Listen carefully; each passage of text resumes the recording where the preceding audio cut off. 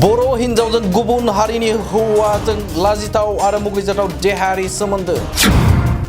बाक्सायाव सोमजिदों लाभ जिहादनि मोनसे मुगैजाथाव भाइरेल भिडिअ'। फिसाय गैयै खाबुखौ लानानै गुबुन हारिनि लंपटखौ लिंहरखुमाना गाज्रि खामानि मावखुमादों। नैबे भाइरेल भिडिअ'खौ लानानै दासान्दि बाक्सानि सालबारियाव गोबां सावरायदों आरो सोंखारिलायदों।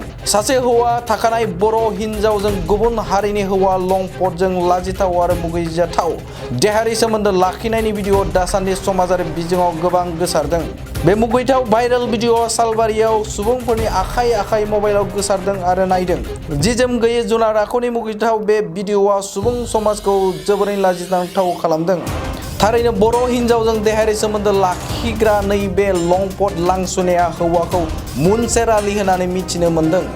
बजालि हलंबारिनि सालबारि बाजाराव दख'ना गला होयो लंपट मुनसेर आलिया। गोबाव समनिफ्रायनो न'आव गावनि फिसाय थायै सुजुगखौ लानानै बिसोर सानै लंपटआ मुगैजाथाव आखुखौ देहायारि सोमोन्दो लाखिनायनि सन्देह खालामदों ओनसोलनि रायजो राजाफ्रा। बेनि सायाव सांग्रां बर' समाज आरो ओनसोलनि समाज सिबियारिफोरा मा राहा लागोन बेखौ समाजो फोरमायगोन। नाथाय बे नायनो मुगैथाव आरो सोंखारिजाथाव हाबा मावनायनिफ्राय बर' हारिखौ फाननायनि अनगा जेबो जाया होननानै सानजायो। बर' हिन्जावजों गुबुन हारिनि हौवाजों लाजिथाव आरो मुगैजाथाव देहायारि सोमोन्दो।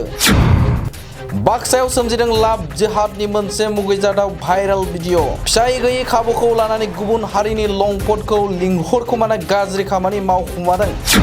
नैबे भाइरेल भिडिअ'खौ लानानै दासान्दि बाक्सानि सालबारियाव गोबां सावरायदों आरो सोंखारिलायदों। सासे हौवा थाखानाय बर' हिन्जावजों गुबुन हारिनि हौवा लंपटजों लाजिथाव आरो मुगैजाथाव देहायारि सोमोन्दो लाखिनायनि भिडिअ' दासान्दि समाजारि बिजोङाव गोबां गोसारदों।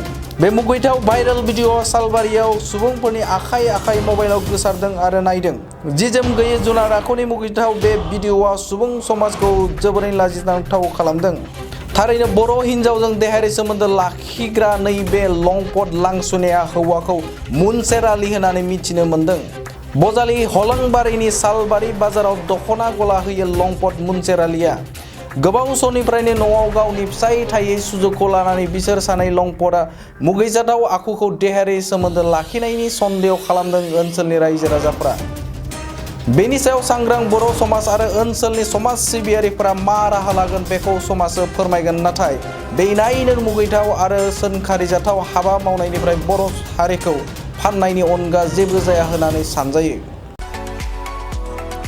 2023-24 सोलोंथाइ बोसोरनि थाखाय गोदान मुं थिसननाय लानानै फैदों डन बस्क' डिग्री कलेज साफागुरिया। देग्लायनिफ्राय डन बस्क' डिग्री कलेज साफागुरियाव बेचलर अफ आर्ट्स एबा BA नि सेथि सेमिस्टारनि गोदानै मुं थिसननाया दायो सोलिगासिनो दं। चिरां जिल्लानि साफागुरियाव थानाय डन बस्क' डिग्री कलेजआ देग्लायनिफ्राय BA थाखोनि सेथि सेमिस्टारनि थाखाय गोदानै एडमिसन लानायजों लोगोसे बड', इक'नमिक्स, इंलिश, एडुकेशन, हिस्टरी आरो पलिटिकल साइन्स आयदानि थाखाय BA अनार्सनिबो खाबु दं। गोग्गो सोलोंथाइनि थासारिजों लोगोसेयैनो डन बस्क' डिग्री कलेज साफागुरियाव आलादायै हौवा हिन्जावनि थाखाय हस्टेलनि खाबुबो दं।